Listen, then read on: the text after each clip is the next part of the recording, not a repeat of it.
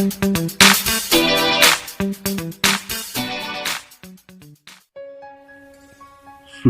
hari Sabat lewat, menjelang menyisinya fajar pada hari pertama minggu itu, pergilah Maria Magdalena dan Maria yang lain menengok kubur itu. Maka terjadilah gempa bumi yang hebat, sebab seorang malaikat Tuhan turun dari langit dan datang ke batu itu dan menggulingkannya, lalu duduk di atasnya. Wajahnya bagaikan kilat dan pakaiannya putih bagaikan salju. Dan penjaga-penjaga itu gentar ketakutan dan menjadi seperti orang-orang mati. Akan tetapi malaikat itu berkata kepada perempuan-perempuan itu, "Janganlah kamu takut, sebab aku tahu kamu mencari Yesus yang disalibkan itu. Ia tidak ada di sini, sebab ia telah bangkit, sama seperti yang telah dikatakannya. Mari, lihatlah tempat ia berbaring, dan segeralah pergi dan katakanlah kepada murid-muridnya bahwa ia telah bangkit dari antara orang mati. Ia mendahului kamu ke Galilea. Di sana kamu akan melihat dia. Sesungguhnya aku telah mengatakannya kepadamu." Mereka segera pergi dari kubur itu dengan takut dan dengan sukacita yang besar, dan berlari cepat-cepat untuk memberitahukannya kepada murid-murid Yesus. Tiba-tiba Yesus berjumpa dengan mereka dan berkata, "Salam bagimu." Mereka mendekatinya dan memeluk kakinya serta menyembahnya. Maka kata Yesus kepada mereka, "Jangan takut. Pergi dan katakanlah kepada saudara-saudaraku supaya mereka pergi ke Galilea, dan di sanalah mereka akan melihat Aku."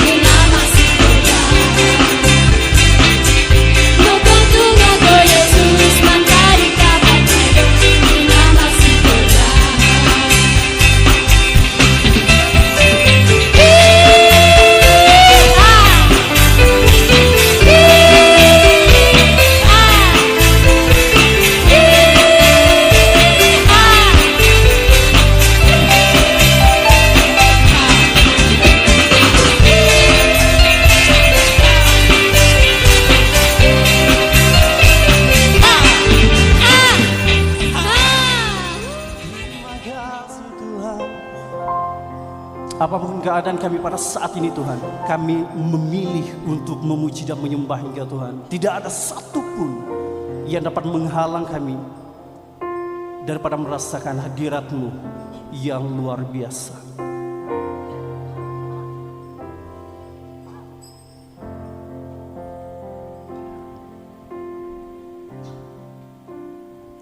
Your love is powerful, this child by your love is mighty. The earth will shake your grace abounding us. You're more than enough for me.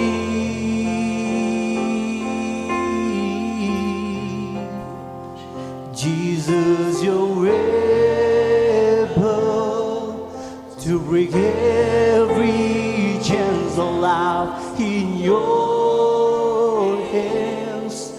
You're in control, so of knowing us. You're more than enough for me.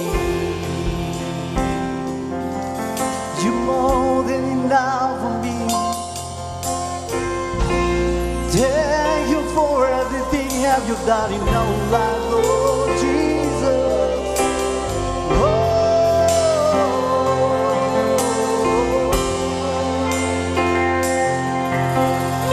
Terima kasih untuk semua yang Kau lakukan dalam hidup kami.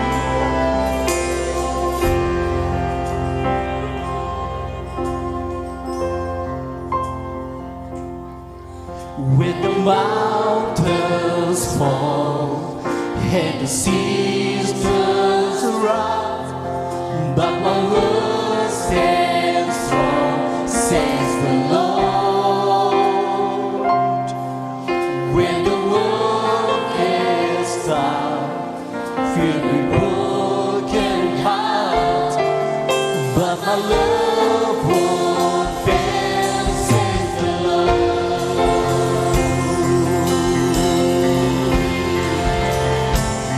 Your love is powerful, this shall bow. Your love is mighty, the earth will shake with the rising lights. You're more than enough for me.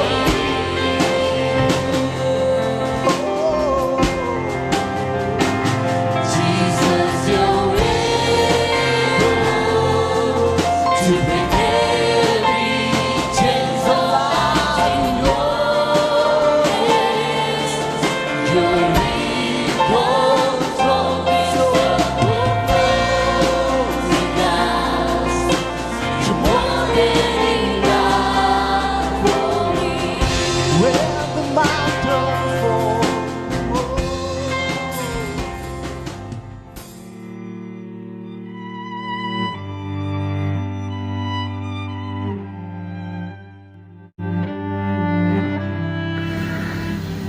Shalom, selamat pagi dan salam bertemu di dalam nama Tuhan kita Yesus Kristus. Kita sangat bersyukur karena sekali lagi kita dapat menikmati ibadah. Nah, kita dapat menyembah dan mengagungkan nama Tuhan pada hari ini. Pada hari ini saya rindu membawa kita belajar kebenaran firman Tuhan yang terdapat di dalam Filipi pasal yang kedua ayat yang kelima hingga ayat yang ke-11.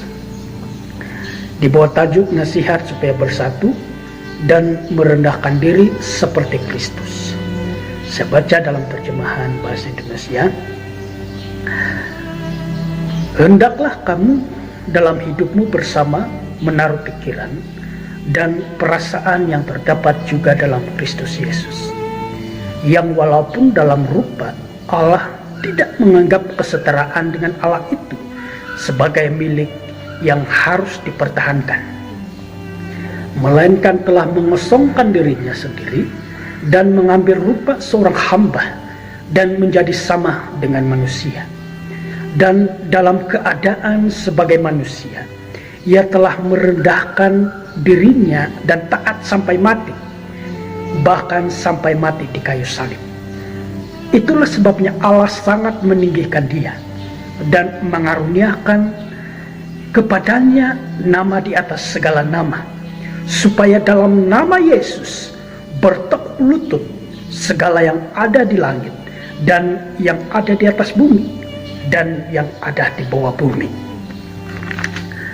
dan segala lidah mengaku Yesus Kristus adalah Tuhan, bagi kemuliaan Allah Bapa. Melalui pembacaan ini, saya senang sekali membawa kita belajar satu tema, yaitu rahmat turun dari salib. Rahmat turun dari salib. Nah, apakah maksud perkataan rahmat? Rahmat dalam bahasa dalam kamus adalah bermaksud belas kasihan. Belas kasihan daripada Tuhan. Itu yang pertama makna rahmat. Yang kedua adalah kurnia daripada Allah ataupun berkat daripada Allah. Itu maksud rahmat. Nah, sebelum Yesus menghembuskan napasnya yang terakhir di atas kayu salib, Yesus mengungkapkan suatu kalimat atau kata-kata yang sangat berarti bagi kita sekarang ini, yaitu perkataan sudah selesai. Sudah selesai. Nah, perkataan ini sangat bermakna bagi kita. Nah, maksud kata-kata ini adalah Yesus telah mengerjakan segala sesuatu demi keselamatan kita. Yesus telah melakukan segala sesuatu untuk menyelamatkan saya dan saudara. Nah, itulah rahmat. Itulah belas kasihan, pemberian Allah, yaitu keselamatan kita melalui Yesus. Nah, melalui tema ini saya senang sekali membawa kita belajar ataupun membawa kita belajar 3 poin. Yang pertama adalah percaya akan apa yang Yesus telah kerjakan. Percaya akan apa yang Yesus kerjakan, itu adalah poin yang pertama. Nah, apa yang Yesus kerjakan adalah Dia telah membawa keselamatan kepada semua manusia. Apa yang Yesus kerjakan adalah Dia telah membawa keselamatan kepada saya dan saudara. Jadi ini bermakna bahwa keselamatan itu adalah milik Allah. Keselamatan itu adalah milik Allah, bukan milik saya dan saudara. Tetapi Yesus telah membawa keselamatan itu untuk menyelamatkan saya dan saudara. Nah, dan keselamatan itu diberikan kepada manusia melalui Yesus Kristus. Yesus telah membawa keselamatan itu kepada saya dan saudara. Cuma pertanyaannya adalah, apakah manusia mau diselamatkan atau tidak? Itu adalah pertanyaannya. Kalau mau diselamatkan, dia harus percaya kepada Yesus. Kalau manusia tidak mau diselamatkan, itu bukan karena kesalahan Allah, tetapi karena pilihan manusia itu sendiri. Ya, ini kita harus ingat. Nah, saya memberikan satu gambaran tentang pilihan ini. Alkitab memberikan penjelasan bahwa hidup manusia ini hanya ada dua tujuan, yaitu yang pertama menuju ke neraka, yang kedua menuju ke surga. Nah, kalau manusia memilih untuk tidak percaya kepada Tuhan Yesus, maka hidupnya pastinya akan pergi ke neraka. Tetapi kalau dia memilih untuk percaya kepada Tuhan Yesus dan mengikuti Yesus dengan setia dan meninggalkan cara hidup yang lama, pasti dia akan menuju ke surga. Ini adalah gambaran yang sederhana. Nah, saudara-saudari yang saya kasihi di dalam nama Tuhan kita Yesus Kristus, yang pertama, percaya akan apa yang Yesus telah kerjakan. Yang kedua, mengikuti Yesus atau mengikuti teladan yang Yesus lakukan. Nah, apakah teladan yang kita dapat, yang perlu kita ikuti di dalam kehidupan Yesus? Yang pertama adalah teladan pengorbanannya. Dia setia dari awal kehidupannya sampai akhir dengan setia pengorbanannya. Yang kedua, Yesus menunjukkan kehidupan atau kerendahan hati. Yang ketiga, Yesus menunjukkan kehidupan yang berdoa. Dan yang keempat, Yesus menunjukkan teladan dalam hal ketaatan. Nah, ini adalah 4 teladan yang kita dapat temui di dalam kehidupan Yesus, dan mari kita lakukan teladan ini supaya kita menjadi jemaat yang percaya kepada Tuhan Yesus. Bukan sahaja kita dapat mengubah kehidupan kita dengan mengikuti teladan ini, maka kita dapat menjadi kesaksian yang memberkati kepada orang lain. Nah, poin yang ketiga adalah ada kuasa di dalam nama Yesus. Ada kuasa di dalam nama Yesus. Sebagai manusia atau orang yang hidup di dunia ini, pastinya memerlukan suatu senjata dalam mengharungi kehidupan ini. Ya. Alkitab mencatat bahwa kehidupan kekristenan ini seperti peperangan. Jadi kita sangat memerlukan senjata untuk melakukan peperangan ini. Jadi kekristenan ini bukanlah suatu jaminan bahwa hidup di dunia ini baik-baik saja. Ya, kalau ada yang berpikir bahwa kekristenan, orang Kristen, orang yang percaya kepada Tuhan Yesus adalah kehidupannya adalah baik-baik saja, itu adalah pemikiran yang salah, pandangan yang salah. Karena semua kita ini pastinya akan berhadapan dengan berbagai cabaran, berbagai masalah. Contoh yang paling mudah adalah sekarang ini kita sedang menghadapi suatu cabaran kesehatan, yaitu virus yang sangat berbahaya, yaitu virus corona. Tidak ada orang yang tidak dijangkiti dengan virus ini, walaupun itu adalah orang yang percaya kepada Tuhan Yesus. Pasti dia akan dijangkiti virus ini kalau tidak menjaga, kalau tidak mengikuti saranan daripada Kementerian Kesehatan. Jadi ini bermakna bahwa kita sedang berhadapan dengan virus ini. Nah, saudara-saudari yang saya kasihi dalam nama Tuhan kita Yesus Kristus, bagi kita sebagai orang yang beriman, ada seorang pribadi yang mampu mengubah keadaan ini, yaitu Yesus Kristus. Ini iman kita, Yesus Kristus. Oleh itu, saudara-saudari yang saya kasihi di dalam nama Tuhan kita Yesus Kristus, Yesus adalah pribadi yang menjadi pengharapan kita. Pengharapan kita. Karena nama Yesus adalah nama yang mampu mengusir setan. Karena nama Yesus adalah nama yang mampu menyembuhkan. Dan karena nama Yesus adalah nama yang mampu menjawab segala doa dan permohonan kita. Dan nama Yesus adalah dasar daripada ibadah-ibadah kita. Oleh itu saudara-saudari yang saya kasihi di dalam nama Tuhan kita Yesus Kristus,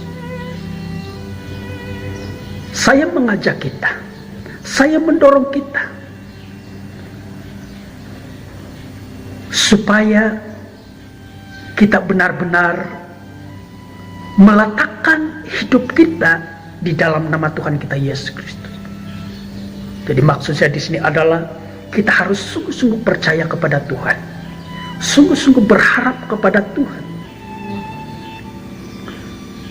Saudara-saudari yang saya kasihi di dalam nama Tuhan kita Yesus Kristus, sempena perayaan Paskah ini, kita sangat bersyukur karena kita ada satu pengharapan yang pasti, di mana keselamatan, perlindungan, dan kekuatan itu Tuhan telah berikan. Tuhan telah nyatakan melalui kematiannya di atas kayu salib. Itu adalah anugerah, pemberian, karunia, dan berkat yang Tuhan berikan kepada kita. Oleh itu percayalah kepada Tuhan, berharaplah kepada Tuhan Yesus. Bagi kita orang yang percaya kepada Tuhan Yesus, jangan pernah kita meninggalkan iman kita. Bagi orang yang belum percaya kepada Tuhan Yesus, yang masih suam-suam kuku, berubahlah, percayalah kepada Tuhan kita Yesus Kristus. Oleh itu saudara-saudari yang saya kasihi dalam nama Tuhan kita Yesus Kristus, marilah kita mengambil sikap untuk berubah, merendahkan hati di depan Tuhan, dan meletakkan hidup kita di dalam Tuhan. Tidak ada orang yang mampu menyelamatkan, tidak ada Tuhan, tidak ada Allah yang mampu menyelamatkan selain di dalam nama Tuhan kita Yesus Kristus. Tuhan Yesus memberkati